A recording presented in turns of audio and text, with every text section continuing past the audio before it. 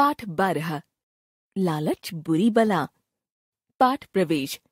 जीवन जीना एक कला है। इसमें मानवीय दुर्बलताओं के लिए कोई स्थान नहीं होता। विशेषकर लालच करना अनेक बुराइयों एवं मुसीबतों की जड़ है। लालच के दलदल में फंसकर उससे बाहर निकलना आसान नहीं होता। हसन बहुत ही लालची इंसान था। उसे दिन रात सोना इकट्ठा करने की धुन सवार रहती। इस चक्कर में वह इतना कंजूस हो गया था कि जरूरत की चीजें खरीदना भी उसे अखरता। उसकी पत्नी फातिमा और वह दोनों हमेशा सोना इकट्ठा करने की तरकीबें सोचा करते। उन दिनों बगदाद में बहुत ही न्यायप्रिय खलीफा का राज था। उनका नाम था हारून अल रशीद। हसन उनके यहाँ नौकर था। वेतन के रूप में उसे जो पैसे मिलते उनमें से ज्यादा पैसे बचाकर वह सोना खरीदा करता। धीरे धीरे उसके पास काफी अशर्फियां इकट्ठी हो गईं। सोने की इन अशर्फियों को गिनते रहना उसका प्रिय शौक था।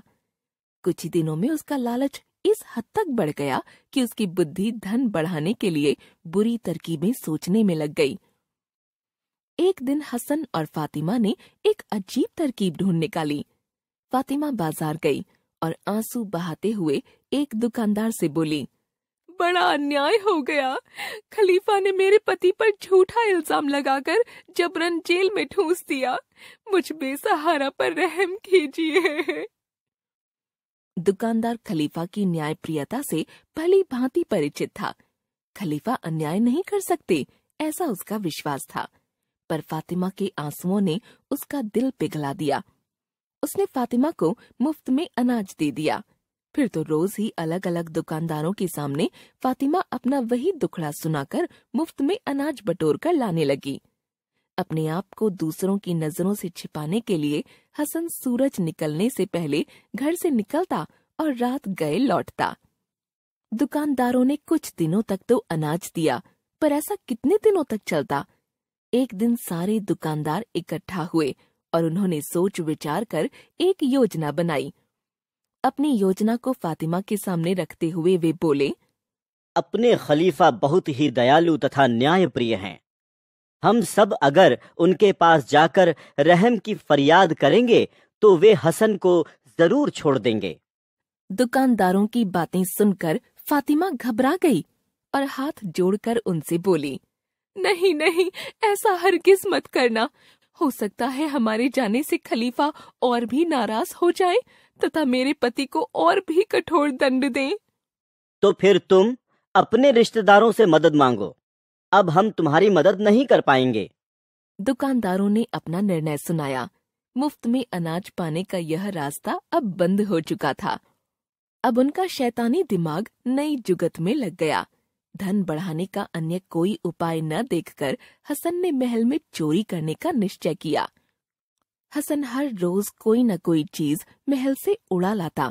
इन चीजों को बेचकर वह अशर्फियां बढ़ाने में लग गया, लेकिन जल्दी ही उसका पाप खुलकर सामने आया। एक दिन वह चोरी करता हुआ पकड़ा गया। उसे खलीफा के सामने पेश किया गया। उसने सारी बातें उगल दीं। खलीफा बहुत नाराज हुए, पर संयम से काम लेते हुए बोले, महल में चोरी तथा दुकानदारों को ठगने के जुर्म में तुम्हें फांसी पर लटकाया जाना चाहिए, पर मैं ऐसा नहीं करूंगा। कुछ देर के मौन के बाद खलीफा बोले, अपनी संपत्ति को तुम अपने पास ही रख सकते हो, लेकिन तुम्हें इस संपत्ति को थैलों में भरकर अपने गले में हरदम लटकाए रहना पड़ेगा। और एक बात अच्छी तरह समझ लो कि इन अशर्फियों के बदले में कोई भी तुम्हें अनाज, कपड़ा या अन्य वस्तुएं नहीं देगा। अब तुम जा सकते हो। खलीफा के आदेश पर अशर्फियों को 2 थैलों में भरा गया और इन थैलों को हसन तथा फातिमा के गले में लटका दिया गया। साथ ही हसन और फातिमा से अशर्फियां लेकर उन्हें वस्तुएं देने वाले को दंडित किया जाएगा, ऐसा शाही फरमान जारी कर दिया गया।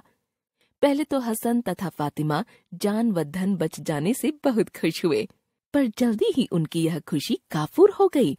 अशर्फियों के भारी बोझ को गले में लटकाकर घर पहुंचने तक दोनों परेशान हो गए। रास्ते में जो भी उन्हें देखता इन लालचियों की हालत देखकर हंसने लग जाता। घर पहुंचते ही उन्हें याद आया कि घर में तो खाने के लिए कुछ भी नहीं है। पास में धन होने के बावजूद उन्हें भूखों रहना पड़ा। 2-4 दिन तो उन्होंने किसी तरह काट लिए, पर जब भूख सहना मुश्किल हो गया तो दोनों घर से निकल पड़े। गले में अशर्फियों का बोझ लटकाए वे सीधे महल पहुंचे। दोनों पश्चाताप के आंसू बहाते हुए खलीफा के पैरों पर गिर पड़े। खलीफा ने अपने वजीर को आज्ञा दी, इन अशर्फियों में से आधी अशर्फियां उन दुकानदारों में बांटी जाएं जिन्हें हसन और उसकी पत्नी ने धोखा दिया है। बाकी अशर्फियों को महल में हुई चोरी के जुर्माने के तौर पर खजाने में जमा कर दिया जाए। साथ ही हसन को फिर से महल के नौकर के रूप में नियुक्त किया जाए। अपना निर्णय सुनाने के बाद खलीफा हसन और फातिमा से बोले, एक बात हमेशा याद रखो, जिस धन का हम उपयोग ना कर पाएं वह बेकार ही है।